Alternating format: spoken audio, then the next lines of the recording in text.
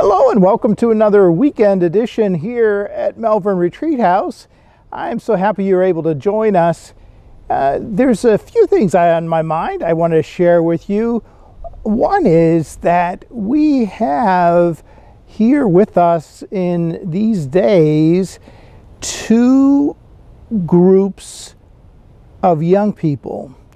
One group comes from New Jersey, and it's a group of over 100 youth who were brought by their parish to go visit different religious sites in the region, in the area. And they're using the retreat house as a base camp, so to speak. They're going out during the day, but praying in the morning, praying in the evening, at night, having meals here, breakfast and dinner. And there's another group that's on the way that will be here shortly from California, and they will be doing the same thing. And it's a remarkable happening, and I think it's good to know that there are so many different moving parts here with the men and women of Malvern, with outside groups, and it's wonderful that we're able to extend hospitality to so many people. I also want to say a special message to somebody I know who listens to this message every week, and that's Nick Santalari. Nick Santalari is a Jubilarian. He's been a long time retreatant. Nick has really helped us out an awful lot with projects here at the retreat house. His family has been involved with the retreat house. Actually, his company helped us install the new signs. They were the ones that brought the new signs and put them in place along Warren Avenue. And Nick needs our prayers, so we want to shout out to Nick. Nick, we hope everything goes well for you, and the retreat community, everybody watching and listening, is praying for you. You aren't alone. We're with you. Having said that, there's a few other things that are on my mind. You know that I love to talk about the twins, and my 5-year-old twins are not an exception. I think anybody who is bringing up toddlers or preschool children kind of go through the same experience of asking over and over and over again, do you have your listening ears? Are you listening? Do you have your listening ears? And I don't know how many times we have to repeat that on a daily basis to remind them to focus and to listen to what we're saying. And it's amazing.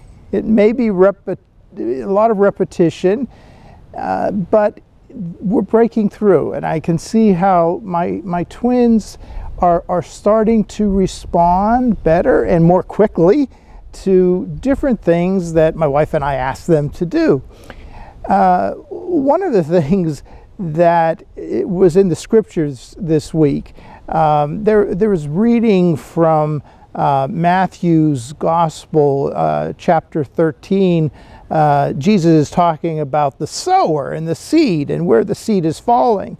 And he says something very interesting at the end of one section. He says, if you have ears, you must hear. He's asking us to be attentive. You know, like I'm asking my children to be attentive on a regular basis.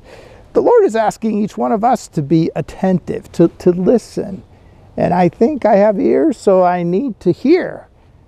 I need to be attentive to what the Lord is asking of me and how the Lord is teaching me every day in a new way. I have to have those ears to listen, absorb the grace of the Lord. And that is as a father, as a husband, as the president here of the retreat house, in so many different ways, as a friend, a colleague. But where would my life be if I just turn off my ears and walk away and not listen to what the gospel has to say, what Jesus has to say? there's another piece to all of that at least in my own meditation, I saw a wonderful connection to this week. We celebrated the feast of St. Mary Magdalene on the 22nd. And as we celebrated the feast of St. Mary Magdalene, in another gospel, in the 20th chapter of John's gospel, we see that Mary Magdalene was very distressed because she went to the tomb. First of all, she's so distraught about the death of Jesus. She goes to the tomb, sees that the tomb is empty, that the stone has been rolled away. And this is making her even worse. And she's in a panic. And she's running to the disciples to tell them that somebody did something there to the tomb of Jesus. And she goes back and she starts looking around. She sees angels there. They're saying, "Why are you weeping? Why are you weeping?" But they couldn't really get through to her. And then Jesus does appear. But at first, because of her tears, do you ever try to look at something when your eyes are just so watery and you're distraught and you can't see and recognize who is there? And finally, Jesus said, "Mary." Oh, and she got the message. She got the message. Rabboni, teacher. And her heart just became full of joy and awe. Jesus called her name. He's calling your name. He's calling my name. So many people who come here to Malvern Retreat House, they hear the Lord calling their name. And let's focus on that today. Let's focus on that during this week.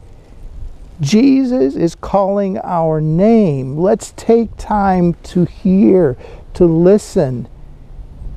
And let's take time to pray for everybody who comes here, so that when Jesus calls their name, when they take the time to be here, they might take the time to hear, to have listening ears, to be overwhelmed by the grace and the love and the mercy of Jesus when He calls their name.